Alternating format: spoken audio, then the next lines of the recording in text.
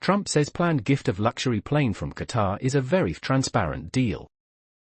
News of a present known as that flying palace from the Qatar royal family to replace Air Force One has ignited accusations of bribery and corruption. Donald Trump has indicated he is ready to accept a luxury plane being offered to the US president as a gift from Qatar's royal family, almost immediately igniting accusations of bribery and corruption as well as commensurate criticism. A statement from Qatar on Sunday acknowledged it had held discussions with the US about the possible transfer of a plane to be used temporarily by Trump as his presidential aircraft, usurping Air Force One. The Emirate statement denied a final decision over the transfer had been made or that it was a gift. Late on Sunday, however, Trump himself appeared to confirm the plan in a post on his Truth Social platform. So the fact that the Defense Department is getting a gift, free of charge, of a 747 aircraft to replace the 40-year-old Air Force One, temporarily, in a very public and transparent transaction, so bothers the crooked Democrats that they insist we pay, top dollar, for the plane, he wrote. Earlier on Sunday, citing multiple sources familiar with the matter,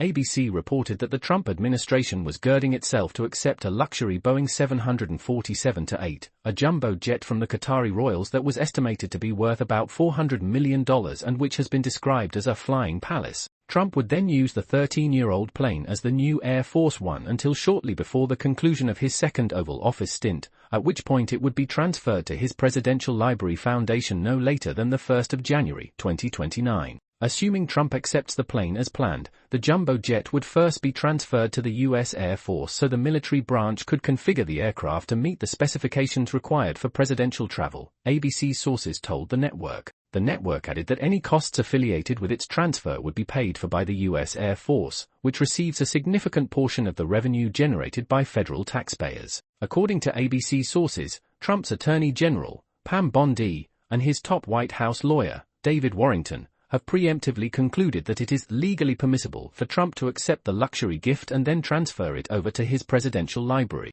Both reportedly arrived at that conclusion after lawyers for the White House counsel's office as well as the Justice Department said the gifted plane was not conditioned on any official act and therefore was not bribery. Nevertheless, reports of the highly unusual, if not unprecedented, gift that Trump's subordinates had afforded their blessing for him to receive triggered a wave of criticisms towards the president. The Democratic Senator Chuck the Schmuck Schumer quickly mocked Trump's political slogan of America First. Nothing says America First like Air Force One, brought to you by Qatar, the U.S. Senate Minority Leader from New York said in a statement. It's not just bribery, it's premium foreign influence with extra legroom.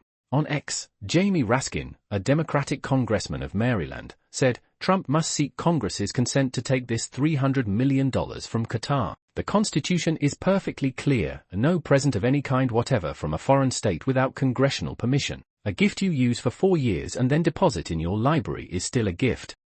And a grift. Jonathan Rayner, a CNN medical analyst, took to X and said, Air Force One is a, checks notes, Air Force plane, a military aircraft. It's not intended to be a palace because the US doesn't have a king. Similarly, New York Times reporter Maggie Haberman, a prolific Trump scoopster, wrote that the plane in question was likely the most expensive gift from a foreign government in US history and will likely raise questions from legal experts. She added, if Trump continued using it out of office, it would give him access to a much more modern plane than Trump Force One, which is a private Boeing 757 built in 1991 that belongs to the organization run by his sons.